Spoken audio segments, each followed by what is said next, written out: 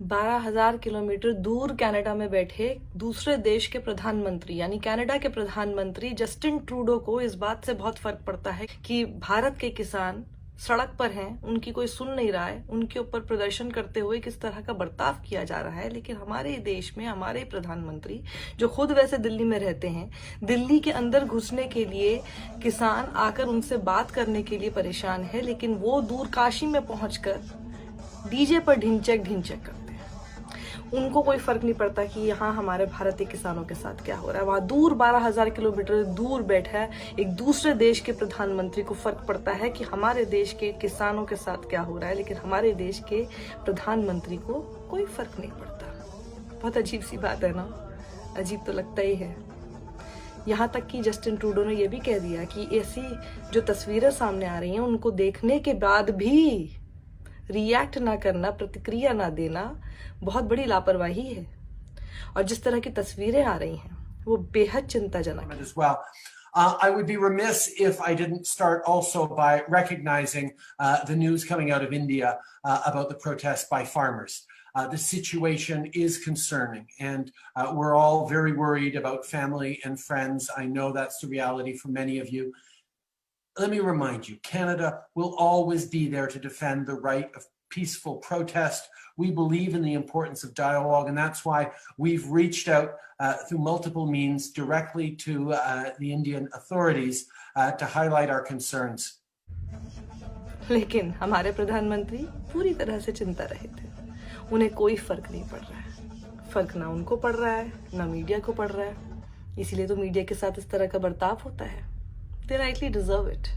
ਗੋਦੀ ਮੀਡੀਆ ਜੀ ਇਹਨਾਂ ਦੇ ਸਿਰ ਤੇ ਡੰਡਾ ਜੇ ਇਹ ਸੱਚੀ ਗੱਲਾਂ ਦਿਖਾ ਨਹੀਂ ਸਕਦੇ। ਇਹ ਜਿਸ ਦਿਨ ਮੈਂ ਤੁਹਾਨੂੰ ਸਾਰੇ ਵੀਰਾਂ ਨੂੰ ਦੱਸ ਰਿਹਾ ਜੇ ਜਿਸ ਦਿਨ ਸਭ ਤੋਂ ਪਹਿਲੇ ਇੱਥੇ ਸਾਡਾ ਚੱਕਾ ਜਾਮ ਹੋਇਆ ਜੇ ਇਹਨਾਂ ਨੇ ਆ ਕੇ ਕਿਹਾ ਕਿਸਾਨों ने पुलिस वाले को कुचलने की कोशिश की थी। मैं कहना फिटे लाना था ਤੁਹਾਡੇ ਤੇ। ਆ ਦੇਖੋ ਤੁਹਾਡੇ ਰੱਬ ਦੇ ਪੁੱਤ ਇੱਥੇ ਲੰਗਰ ਛਕਾ ਰਹੇ ਜੇ रोटियां। Madam have you seen the कैसी सराउंडिंग? आप बताइए, आप रिपोर्टर है, आपसे किसी ने बदतमीजी करी यहाँ पे?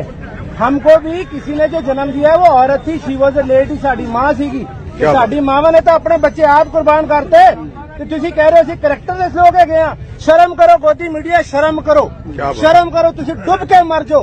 ਤੁਸੀਂ ਸਾਡੇ ਕਿਸਾਨਾਂ ਦੇ ਅੰਦੋਲਨ ਨੂੰ ਮੈਂ ਮੇਰੀ ਸਾਰਿਆਂ ਨੂੰ ਹੱਥ ਜੋੜ ਕੇ ਬੇਨਤੀ ਜੇ ਵੀਰੋ, ਤੁਸੀਂ ਬੜੇ ਭੋਲੇ ਜੇ।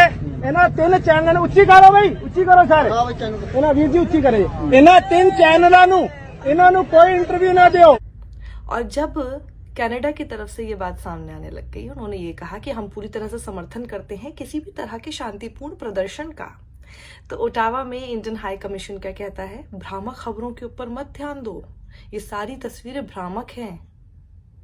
जाहिर सी बात है भ्रामक ही होंगी ये तस्वीरें, ये प्रदर्शन। किसानों का यूं 6 महीने तक का राशन लेकर सड़क पर आकर बैठ जाना सच में भ्रामक ही तो होगा, क्योंकि विश्वास करना बेहद मुश्किल होता है कि किसी भी देश में उसके अपने अन्नदाता के साथ इस तरह का बर्ताव किया जा सकता है। सही कहा, ये तस्वीरें भ्रामक ही हैं। इतना ही नहीं, एक 80 साल की बुजुर्ग शाहीन बाग वाली बिल्किस बानो, जो कि पूरी दुनिया में इस वक्त फेमस हैं, वो किसानों के समर्थन के लिए पहुंच गए। बॉर्डर पे जा रहे हैं, कहाँ किसान भाई बैठे हैं, कहाँ हम बैठे हैं, तो किसान भाई हमारी मदद करी उन्होंने।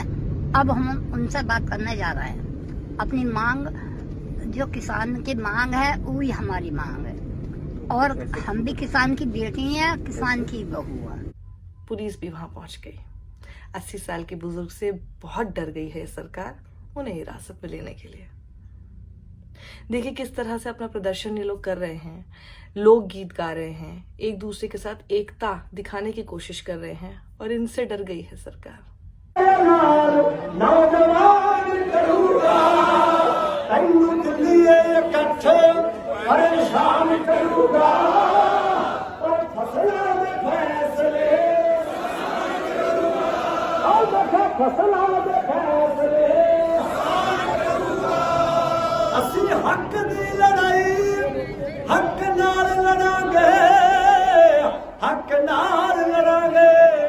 असली हक दी लड़ाई हक नाल लड़ांगे, असी जितांगे तेरे देव तेल फतेह करांगे।